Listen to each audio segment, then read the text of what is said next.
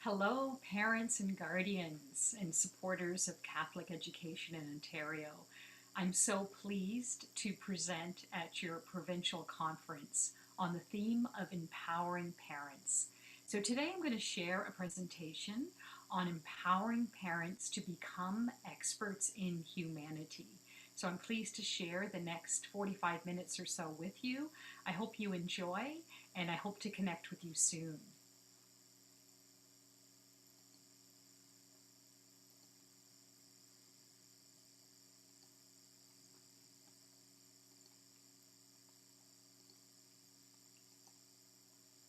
Okay, so you can see my slides now, I hope, and I'm happy to hear that this is being recorded so you can watch it on the OAPCE website anytime you wish. Please share it with your friends, especially if you find the content interesting.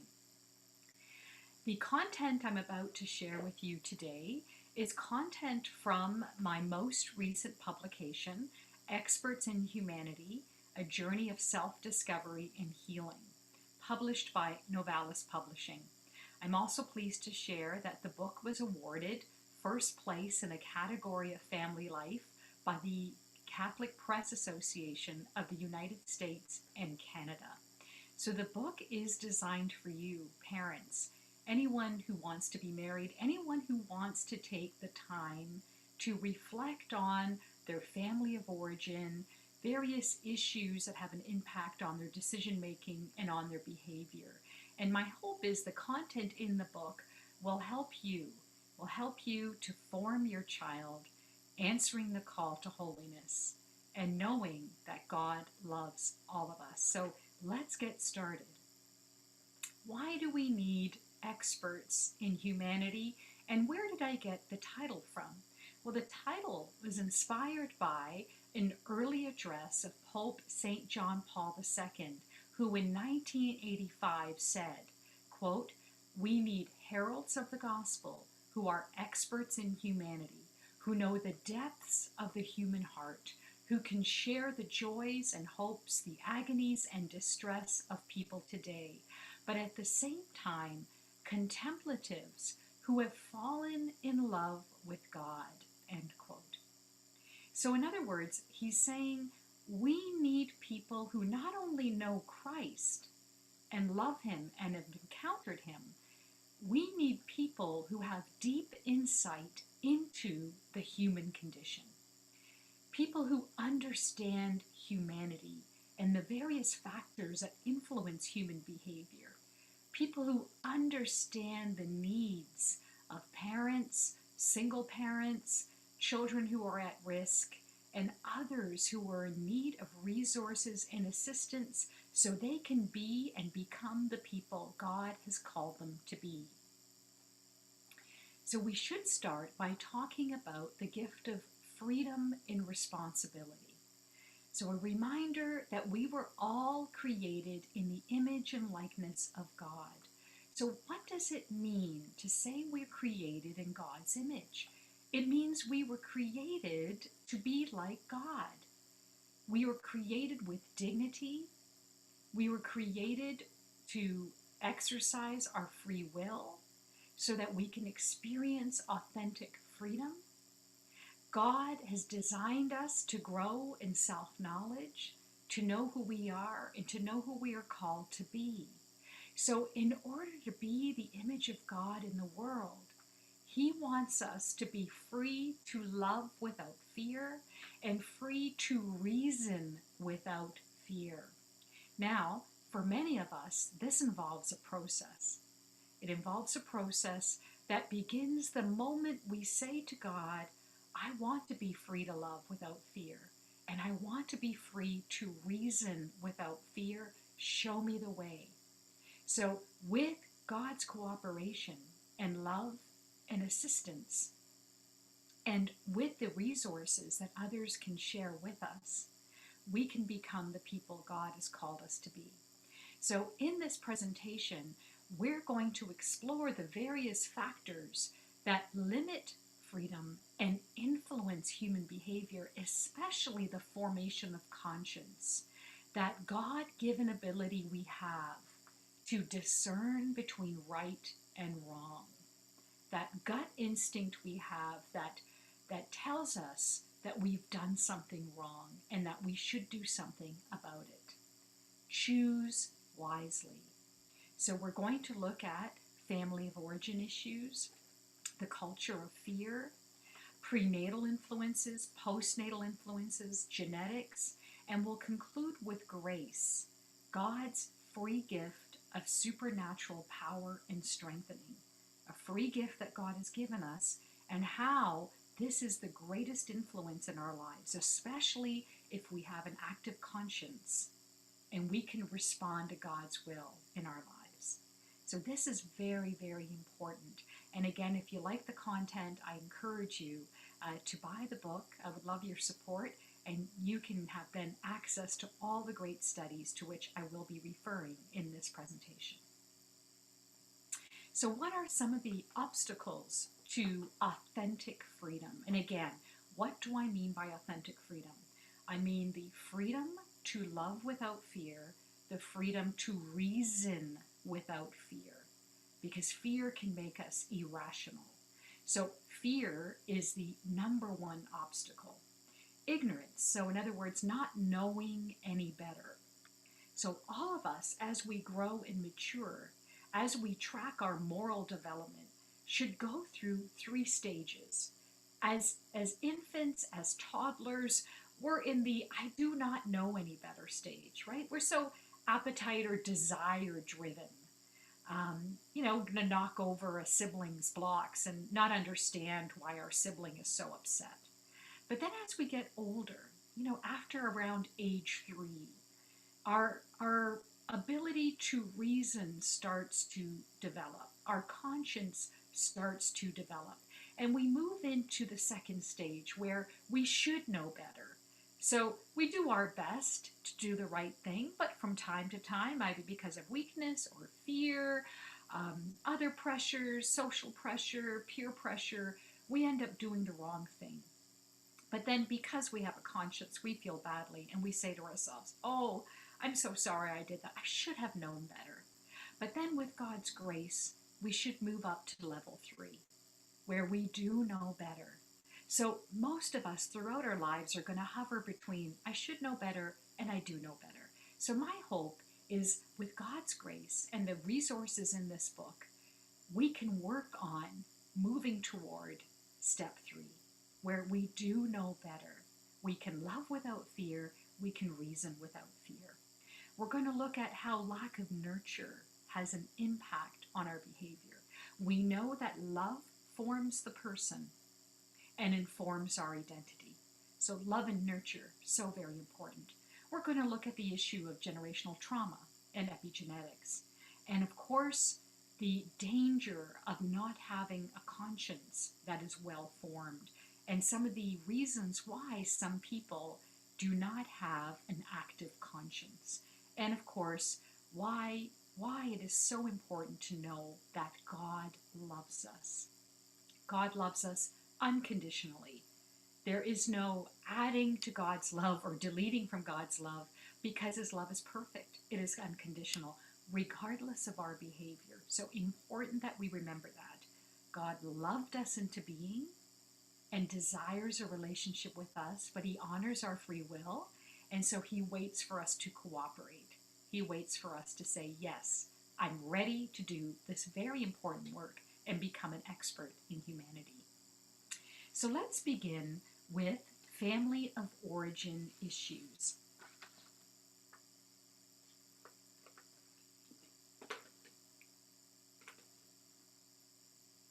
Family of origin issues. Why is this so important? Well, it's important that we all take the time to reflect on how our family of origin has an impact on our behavior. Some people come from what many experts call honor-shame systems of belief, meaning there's so much pressure in one's family of origin to bring honor to the family, to not bring shame to the family, to not expose the family to public humiliation and embarrassment. Sadly, this has led to fear-based moral decision-making. Why? Because in someone's head, they're going to hear over and over again, what are people going to say? What are people going to say if you do this, if you do that? And so, because some people have been raised in this system, fear becomes their default emotional setting, not love. So, everything is about what other people think, what other people say. So, we constantly look outward in order to feel valued. John Evoy, a psychologist, coined the expression extrinsic valuation, meaning some children were raised to believe that they were valued for that which they produce. So, for some reason, they didn't know they were loved. They didn't believe they were loved. For some reason, it was not well communicated that they were loved unconditionally. Instead, they were raised and socialized to believe that they have to get straight A's in order to earn their parents' love. This is very sad because these children risk growing up to be insecure, attached to what others think, attached to their view of them. And this can be very dangerous, again, because fear becomes their default emotional setting. In my book, I explore various scenarios where fear has led to dreadful outcomes. How in the 1940s, 50s, 60s, moving right up until the 80s, if there was as a young woman, an unwed woman who found herself to be pregnant, there was immense pressure to give up that child for adoption. And I document in the book interviews with these women who felt that fear of public shame and humiliation was behind that decision. So the great pain and regret experienced by the biological mothers. So we need to keep that in mind, that at times some people may allow fear to take over the decision making in their family. And we need to examine those views and know that God has created us for love and freedom, to love with great freedom from fear. So we need to examine some of those family of origin issues so that we don't repeat those patterns, hand them on to future generations. Do our children know they are loved? Do they know they are loved unconditionally? And that brings us to the next topic, parenting styles. And why styles are so important, because they too communicate love or fear. So experts have identified three key parenting styles. One is known as the authoritarian style. So what is the authoritarian style of parenting? Well, these are parents who have high demands for mature and responsible behavior, but there are then the low expression of love, warmth, communication.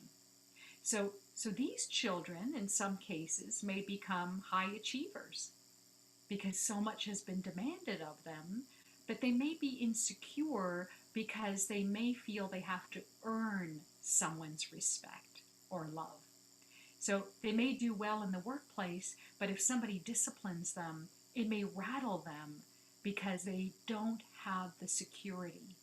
They don't have the confidence, they don't know their identity, they don't know they are a cherished son or daughter of the Most High because they were raised with such fear.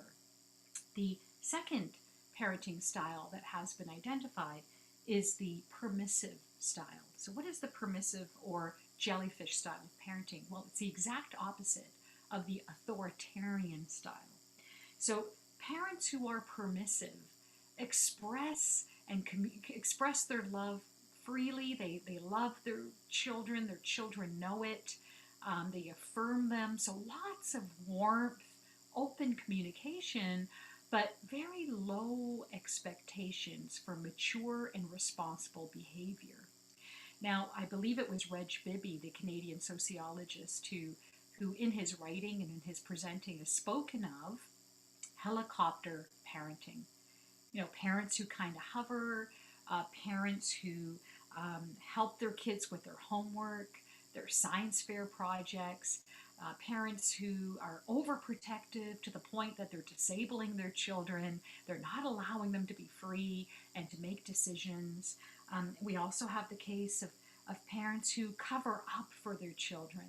So if a child has made a mistake, not allowing the child to learn a lesson from his or her behavior, not allowing them to experience the consequences of their behavior. So the danger of this parenting style is we may end up having children who feel entitled, who, when they are expected to be responsible for their behavior, may have a tantrum because they're used to getting their way. And so we're setting them up for failure.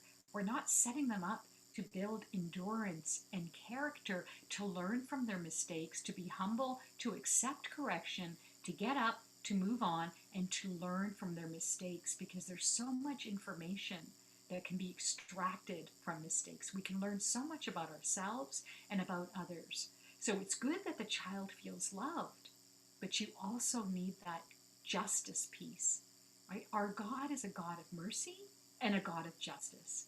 So if a person encounters mercy and is not changed for the better, then a correction is in order.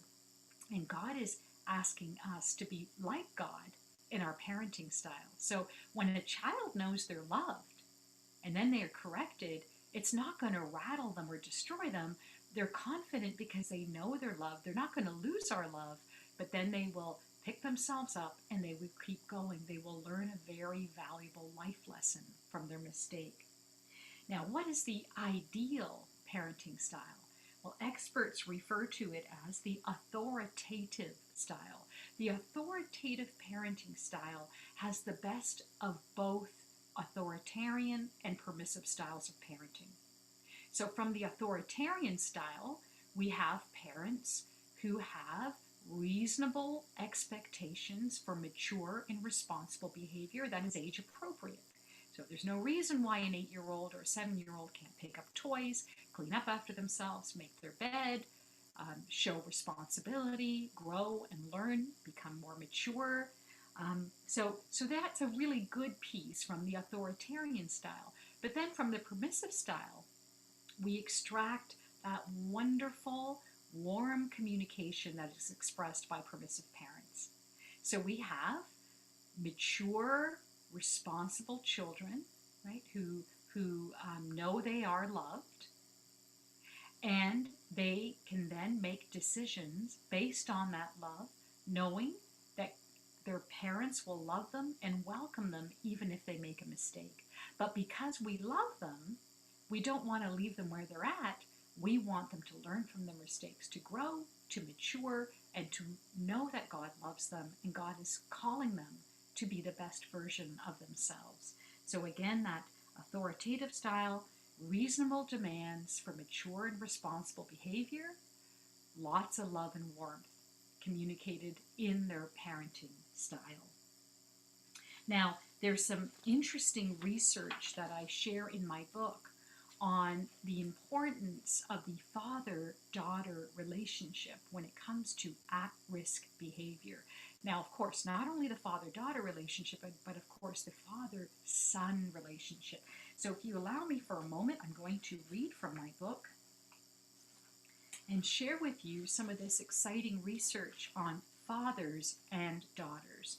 So if you purchase the book, I will be reading from page 101. Quote, in a recent article in Scientific American Mind, Paul Rayborn explores the many ways in which dads affect the development of their teenage children. At one point, he refers to the research of two psychologists, Sarah E. Hill and Daniel J. Del Priore, who discovered, quote, a robust association between father absence, both physical and psychological, and accelerated reproductive development and sexual risk-taking in daughters, end quote. In contrast, they found that girls who were raised in a stable home environment with both parents experienced a slower reproductive journey. These researchers believe that we have not done enough to address the value of fathers. Similarly, Bruce J. Ellis of the University of Arizona has established the association between father absence and daughters who engage in at-risk behavior. In a series of studies beginning in 1999, he found that when girls had a warm relationship with their fathers and spent a lot of time with them in the first 5 to 7 years of their lives, they had a reduced risk of early puberty, early initiation of sex, and teen pregnancy. Ellis concluded that emotionally or physically distant fathers and fathers who are abusive could alter their daughters' sexual development. The key, he says, is to spend time with a high-quality father. A father's love also helps to cultivate empathy in children and encourages responsible behavior. Now, sadly, some of you listening might be thinking, well, what am I supposed to do? I'm a single parent. Dad walked out. Dad is not in the picture. Dad passed away. So there is hope, because these researchers share that as long as there is a male presence in the life of your daughters, a grandfather, an uncle, an older brother, that they benefit from their energy, from their love. So very important that girls are exposed to the love of their fathers. Now, when it comes to boys, in studies done on boys who do not have a very strong paternal presence in their lives, we see the same result, more at-risk behavior. So very important that we emphasize the need for nurturing maternal and paternal love in the lives of our children, to have very wonderful role models, male and female, in their lives who can nurture them, love them, and form them. Prenatal factors when it comes to childhood behavior, especially in the formative years. We know that when it comes to pregnancy, women need to be careful about consuming certain toxins, drugs, alcohol, or being exposed to certain pesticides. So in my book, I share some of the research on exposure to toxins and what these toxins do to the child in utero. I'm going to share with you now the research of Millicent Adams Dosh on what consuming certain toxins do to the child in utero. Adams Dosh explains how ultrasound has made it possible to study a baby's reaction to the mother's use of alcohol or drugs. She writes, quote, "Practitioners have noted that babies stop swallowing for a time following their mother's use of alcohol, show distress following the use of cocaine, and stop fetal breathing within the hour following the mother's cigarette smoking. If mom is a chronic alcoholic, the baby may need to ingest the alcohol for the duration of the pregnancy for survival, but could be born with fetal alcohol syndrome." Earlier on in the book, I talk about the harmful effects of a certain drug that was given to women to help them with morning sickness, and that drug was thalidomide. So thalidomide was first used in West Germany in 1957 to treat women suffering from anxiety or insomnia, and later was prescribed to women who struggled with morning sickness. Sadly, it was reported that 5,000 to 7,000 children were born with malformation of the limbs, of whom only 40% survived. Prior to this crisis, it was believed that the placenta served as a barrier that protected the fetus from the adverse effects of drugs. We now know otherwise. And sadly, some women may not know for weeks that they are pregnant, and they may have already been exposed to these toxins.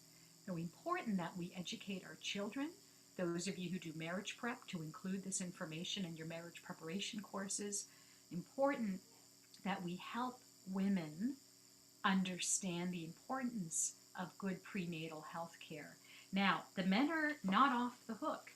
In my book, I address the issue of damaged sperm and postnatal deficits. So, again, allow me to read from my book, page 78. A project coordinated by researchers at the University of South Florida includes peer-reviewed medical journal articles showing the connection between men who have experienced environmental and chemical exposure and increasing learning disabilities and other intellectual and functional deficits and hyperactivity in children. Other research has shown that men are producing only about half as much sperm as they did in the 1940s.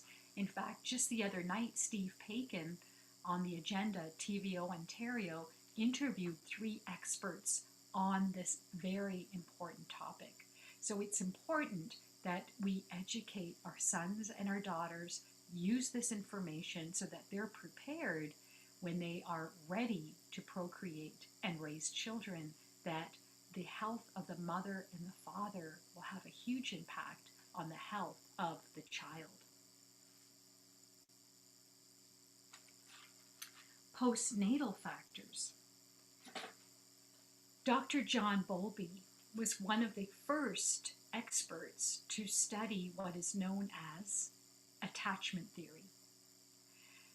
He concluded that a child needs early nurture and love, a consistent routine, so that the child can develop the ability to bond with parents and to bond with others. Sadly, if a child experiences severe trauma, abandonment, abuse, especially in the first 3 years of life, also known as the 4th trimester, they risk not cultivating the ability to attach or bond with others. Why? Because at some level, they remember the pain and the trauma associated with abandonment. Allow me to use this example to demonstrate. Several years ago, I was in a car accident. I was rear-ended by a distracted driver. My car was totaled and I was in shock for several weeks, so much so that when I found myself on the 401 driving to work, I panicked whenever anyone got too close to my car, shaking and wondering whether I was going to be in another car accident. Now, apply that reasoning and that thinking to people who've experienced trauma and abandonment. They may not be able to give a total gift of self in a relationship because they don't want to risk that pain, the pain of abandonment. So they cannot give, as Pope St. John Paul II called, a total gift of self. They may become 5%, 10%, 20% lovers of humanity, because to give a total self, a total gift of self, means that if they are abandoned or hurt, they're going to feel that pain again. And so they learn to protect themselves. So those who become foster parents or even adoptive parents need to be mindful of this research and read the literature so that they're prepared to handle children who remember feeling abandoned or hurt, that it may take some time to nurture them, to love them. And there are experts who are available to help you if you find yourself in this experience, knowing that you are loving someone who has great difficulty attaching because they are afraid. So fear has become their default emotional setting. Now, when it comes to postnatal nurture, again, back to this 4th trimester, Dr. James Fallon refers to the first 3 years as the 4th trimester, that if there is trauma, if the child's been abused, if there's been chaos in their lives, it may lead to behavioral problems, difficulty in relationships, poor self-regulation. So again, around age 3, we start checking for the ability to self-regulate. And sometimes kids who've had a lot of trauma have a tough time self-regulating. And they may need a lot of help, therapy, nurture, love. and a good routine to help get them back on track. Harshness in parenting can lead to poor self-regulation. Dr. Gabor Mate, a researcher in Vancouver, has published a great book called When the Body Says No. And he has studied the impact of repressing emotion, pain, abuse, and what it does to our overall physiology, how it increases cortisol levels or stress hormones, and how it can have an impact on our behavior.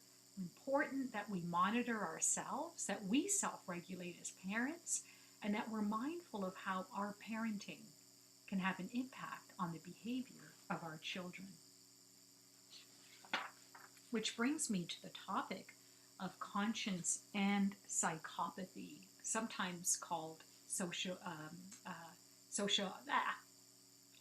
Let's just stick with psychopathy. The word's not coming to me now. So, sorry, what I meant to say is at times the word social path has been used, and at other times the word psychopath has been used, but they mean the same thing. So basically, someone who lacks conscience, someone who does not have that ability to reason and to discern between right and wrong, someone who lacks empathy, someone who does not have the ability to express empathy.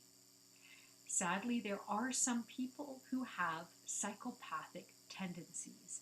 Now, Dr. James Fallon and Dr. Hare, Hare, among others, have studied psychopathy, and they tell us that there are 3 legs to psychopathy.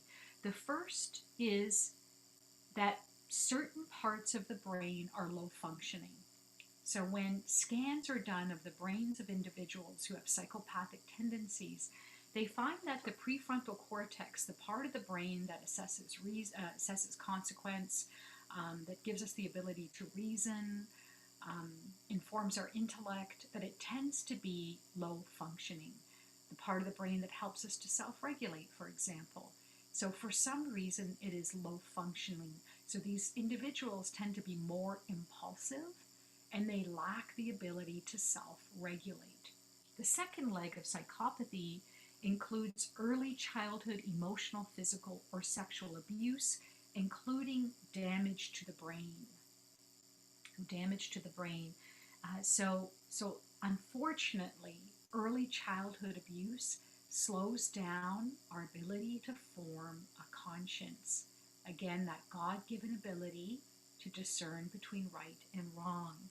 And the third leg of psychopathy is genetics. Dr. James Fallon and others have isolated a gene known as the warrior gene that can be transmitted from generation to generation. Now, he has found that trauma can switch on that gene in a family that carries that particular genetic marker.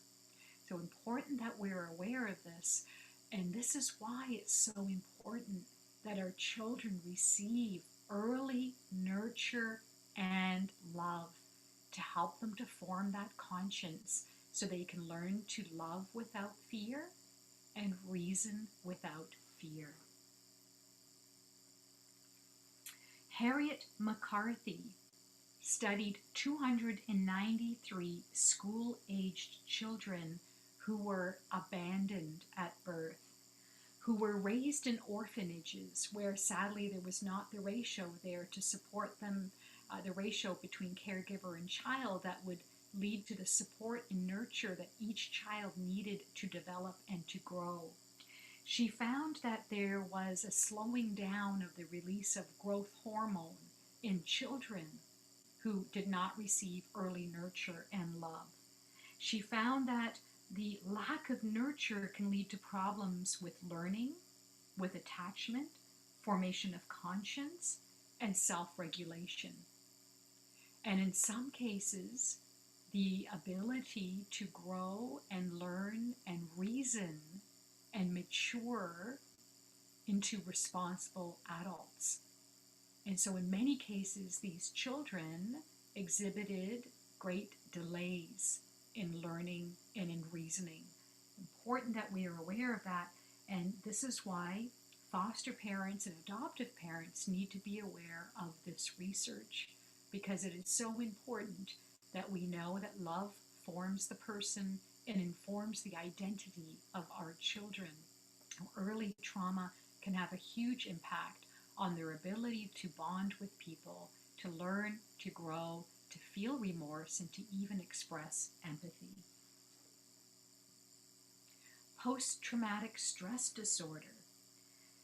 Um, Experts define post-traumatic stress disorder as the emotional shock we feel following an extremely stressful or traumatic event.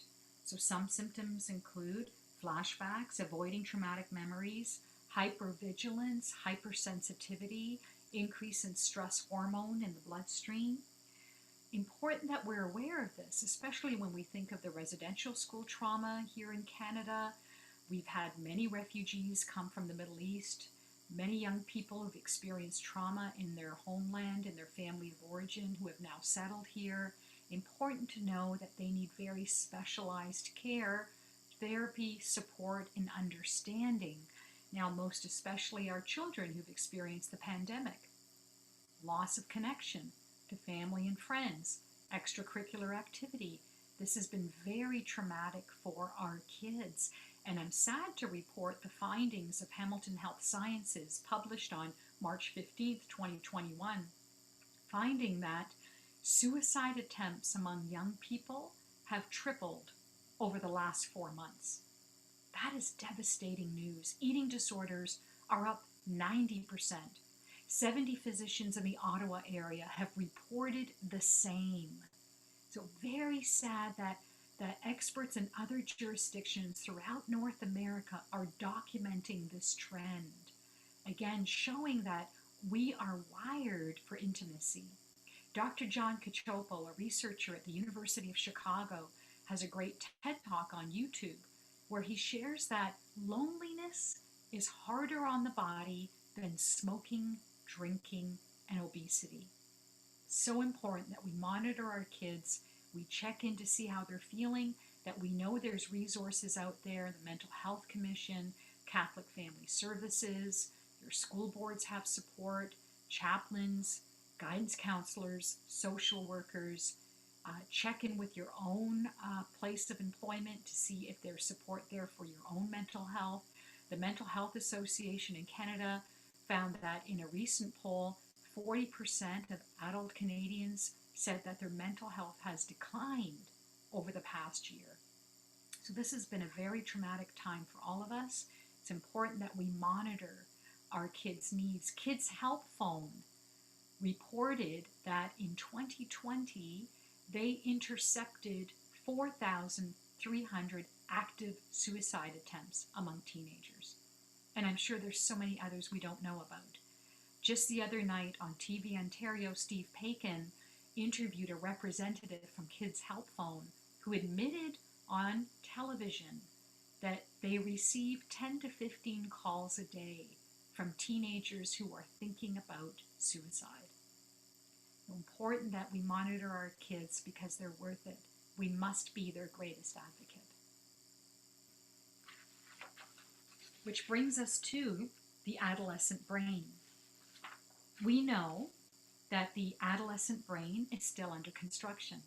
So the prefrontal cortex is still under construction, the part of the brain that helps us to reason, to learn from consequence, that informs our intellect, helps us to self-regulate.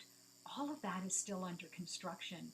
And then you have this other part of the brain, the amygdala, when it comes to impulse control, where you find some kids in the teenage years having great difficulty exercising impulse control.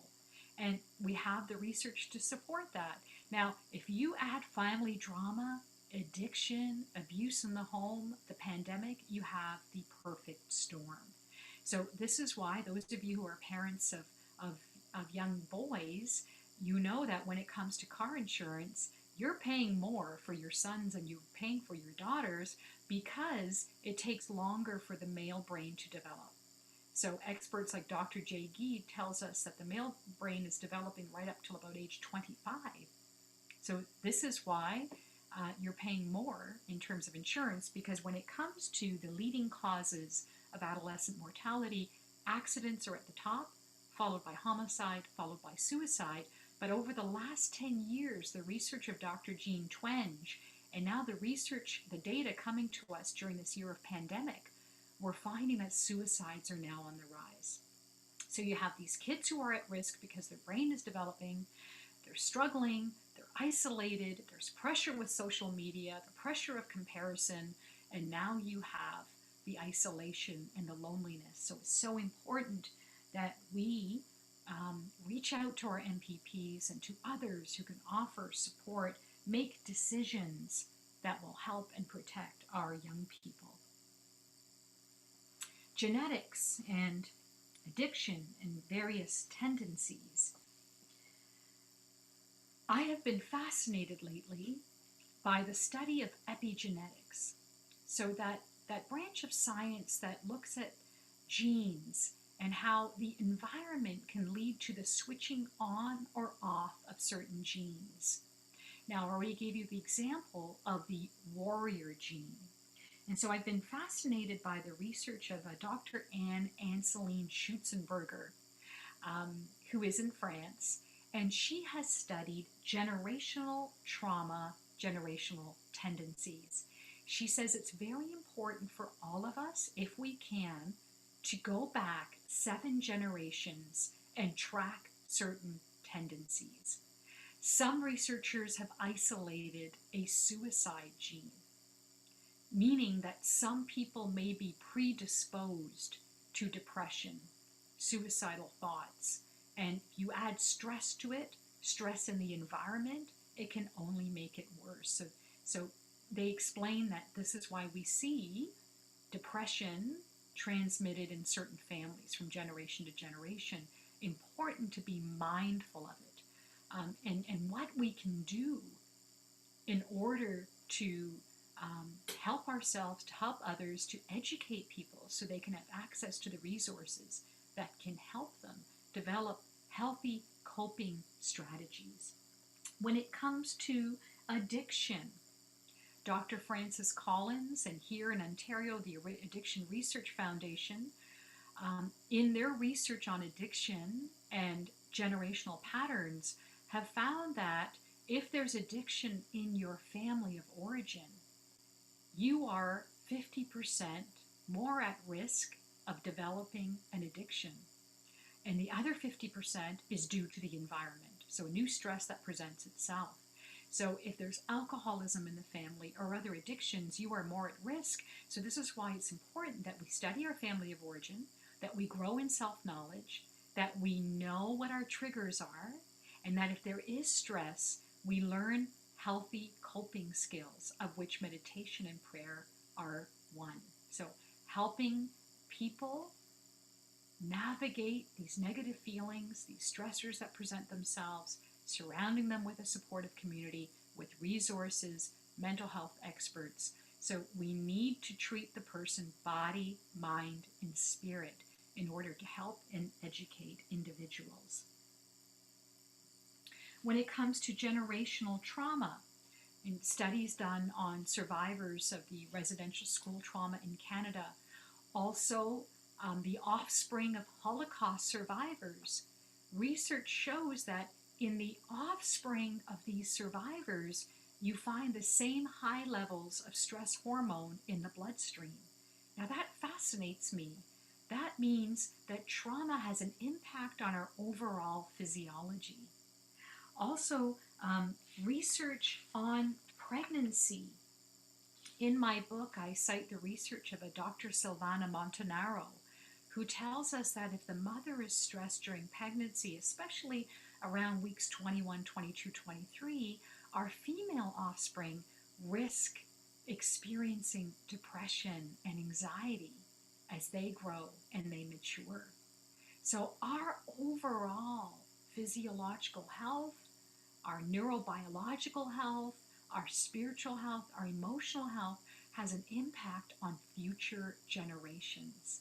Important that we're mindful of that, because sometimes we see the same patterns repeat themselves in offspring of trauma survivors.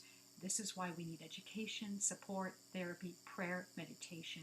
We need our spiritual leaders on board to help and to collaborate with other experts who can help our youngsters. So inherited tendencies, again, I've talked about maternal stress and postnatal anxiety, the addiction, that half an individual susceptibility to addiction is inherited, the need for healthy coping strategies. So my students at the seminary in one course, pastoral counseling, are asked to attend an open AA meeting, a 12-step meeting for those who have an addiction to alcoholism. And in their papers, they often document that relapses occur when a new stress presents itself. So someone may have achieved a certain level of sobriety, but then a daughter dies in a tragic car accident, a divorce occurs, a sudden death, and they find themselves relapsing. So important that we have the supports in place to help people, and if they know there's certain tendencies in their family, to get the help that they need so they can overcome these obstacles and find the freedom that we're all called to experience. And that brings me to the concluding chapter of my book, Grace. That grace is the greatest influence. So again, what is grace? Grace is a free gift of power and strengthening assistance that God gives us. He just offers it to us. Now, we need to distinguish between love and grace. God's love can never be lost. God's love is everlasting. God loves us because we are his cherished sons and daughters. Grace, on the other hand, is freely given, but sometimes can be withdrawn if we're not cooperating with God's will. So I'll give you an example. If I'm loving my neighbor, if I'm helping people, if I'm telling the truth and I'm obeying the commandments, God is going to strengthen me so that not only will I find myself doing the possible with the gifts I have, I might find myself doing the impossible because he has strengthened me to do the very thing that I thought was impossible, that I could not achieve on my own. Now, on the day of our baptism, we were given this very important gift, the gift of sanctifying grace. And so whenever we do God's will and we receive the sacraments, we receive this free gift of power. But if I'm lying, if I'm cheating, if I'm abusing someone, God cannot bless an action that contradicts his will and the Ten Commandments. So he's going to say, I will keep loving you, but I can't strengthen you to do that. It would be like me lending my car to a child who says he's going to go rob a bank. Why would I lend my car to a child who says, I'm going to go rob the bank? I'm going to say, hey, I love you, but you're not using my car to go rob a bank. You're on your own.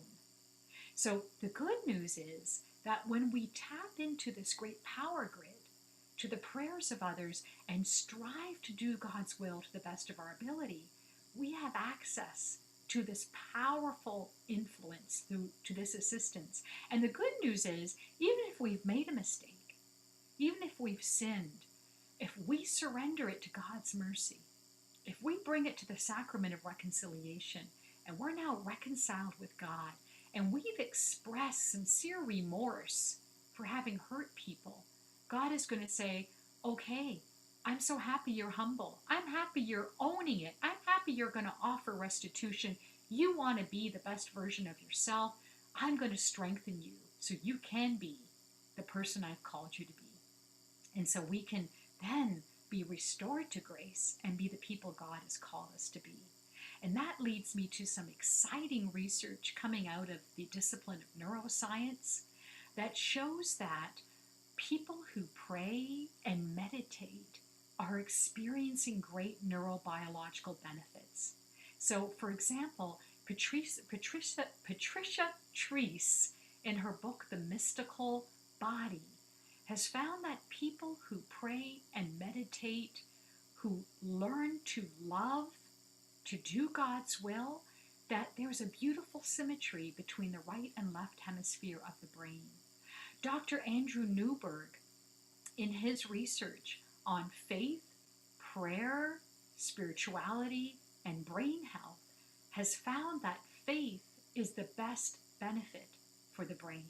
Faith, knowing, believing, and trusting God. Isn't that amazing?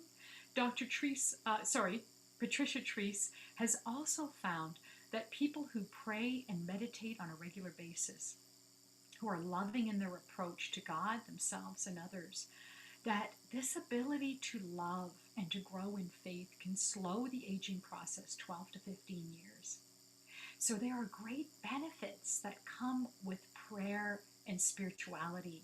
We are body, mind, and spirit. And so what does this mean for someone who may have been set up in life to be less free? Less free to love, less free to reason, because there's been so much fear in their lives. Well, it shows us that our faith is bigger than our fear, that God's grace can conquer that fear. And with God's grace, with therapy, with love, we can come to know who we are. Our identity as a cherished son or daughter of God.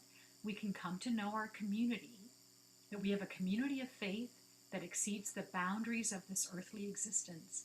We can come to know our life purpose, that we're called to holiness, we're called to be whole, we're called to use the gifts He's given us, we're called to be qualified and trained so that we can encourage other people to grow so they can be free to love without fear and free to reason without fear.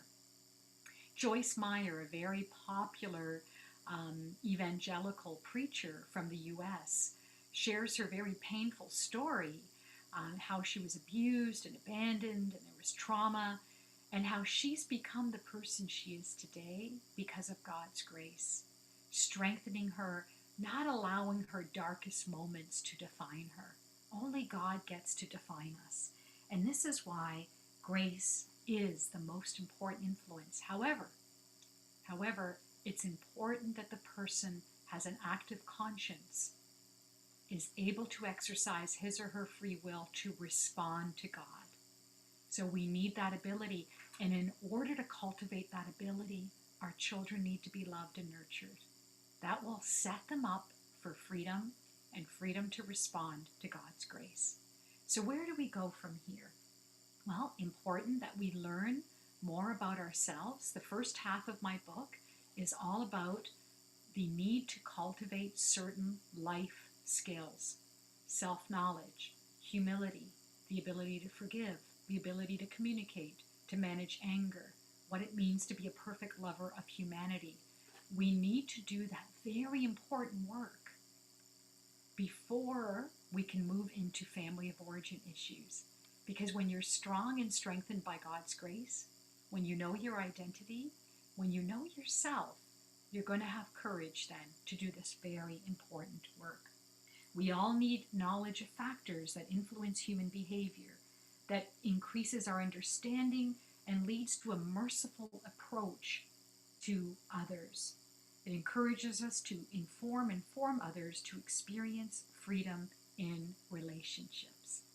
So I hope this presentation gave you a bit of a sneak preview of the content in my book, that why John Paul II called us to be experts in humanity, why there needs to be greater dialogue between science and religion, why those of us who are theologians need to know the science, we need to know the signs of the times, the human condition.